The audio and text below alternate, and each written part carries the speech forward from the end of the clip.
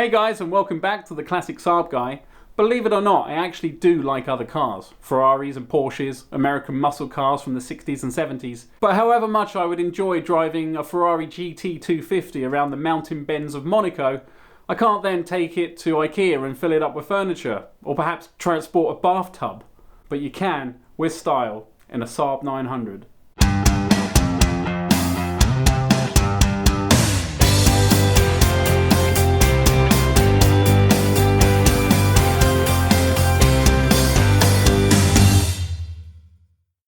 By the mid-1970s, Saab knew they needed to produce a new model of car. The Saab 99 launched in the late 1960s would at the time likely be their only remaining model, as the aging Saab 96 would be phased out by the end of the decade. The question was, would the new car be a whole new design or an evolution of the present model? It became clear that the popularity and usefulness of the Combi Coupe versions of the then present Saab 99 would play a big part in the design of the new car. Working with a tight budget and with impending stricter US crash regulations to consider, head designer Björn Envall made the decision to take the rear end of a Combi Coupe Saab 99 and mate it with an all-new front end. The concept of the Saab 900 was born. Like its predecessor, the 900 would be a safe car with passive and active safety considerations playing a big role in its design.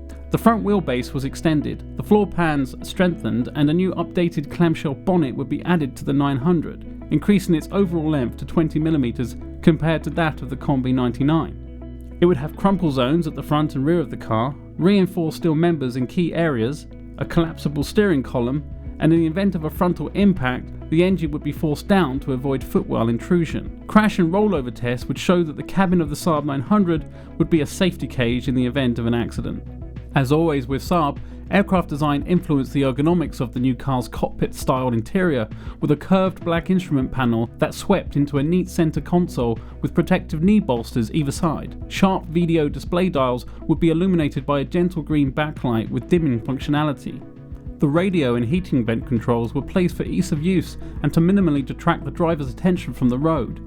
The wraparound windscreen seen on the present 99 model evolved into a more low and curved design on the 900, giving excellent visibility to the driver with the slim A-pillars eliminating blind spots. As with the then present 99 models, the new 900 would be front-wheel drive, and production would begin with the 8-valve B engine canted at a 45-degree angle, longitudinally mounted, but back to front with the clutch at the front and gearbox lower down. Power steering would finally be a standard feature for some variants in the new car.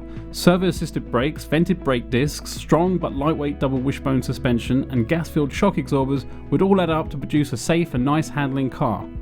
By early 1978, serious production of the 900 was underway at Saab's Trollhättan plant, and soon after the Saab Valmont factory in Finland. The 900 was unveiled at the Geneva Motor Show in mid-1978, being marketed as the most intelligent car ever built, with sales commencing in the autumn of 1978. Upon the initial launch, the 900 received good reviews, with some calling the 900's coupe styling sexy, and as model variants began rolling off the production line, its popularity grew. The entry-level GL shipped with single-carb engines, the GLS with twin-carbs, and the GLE had fuel injection. All models would have the 3- or 5-door hatchback style.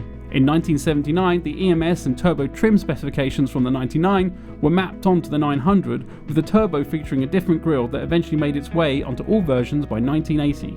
Saloon variants entered the market, as did the new improved H engine during the early 80s, with all models bar the entry-level GL receiving equipment upgrades, including 5-speed gearboxes as an option. A big improvement to the 900 range in 1982 was the introduction of Saab's APC, or Automatic Performance Control, to turbo models that utilised a knock sensor, enabling engines to use different grades of petrol without causing engine damage, plus the turbo and GLE versions received central locking as an all-new feature, with electric windows being seen on more models. Styling and trim improvements continued across the range into 1983, while Saab won another industry first by fitting asbestos-free brakes.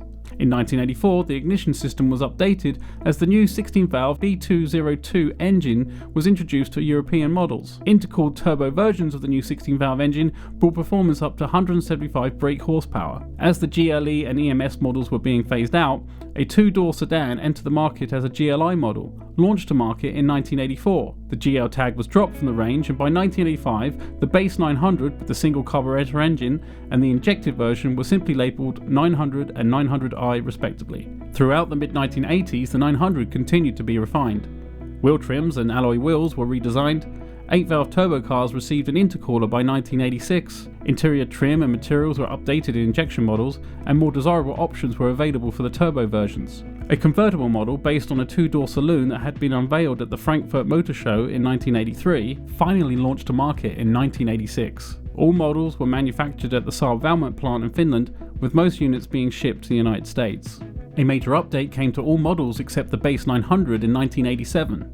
The facelift included a new slant nose front end grille and headlights, and featured new integrated bumpers. As Saab was concluding a deal with GM Motors in 1989, 8-valve engines were starting to be phased out. A limited edition T8 Special with aero kit and options was built to celebrate the end of its run in the same year. Anti-lock brakes became standard on turbo models and as an available option on other cars, while the 16-valve injection engine became available on the 900i in Europe. A 2.1 engine was offered from 1991, with airbags becoming an option in Europe, and from 1992 ABS was found on most models throughout the range. Production of the classic 900 ended in early 1993 as the new GM platform-based New Generation 900 took its place in the Saab lineup. So there you go guys, there's my brief overview of the Saab 900. Like I've said before, there's plenty of information and other YouTube videos that cover that, so I just wanted to get mine brief.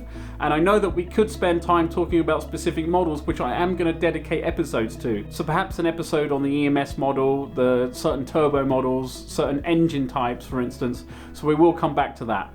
I hope you've enjoyed today, and I'll see you next time on the Classic Saab Guy.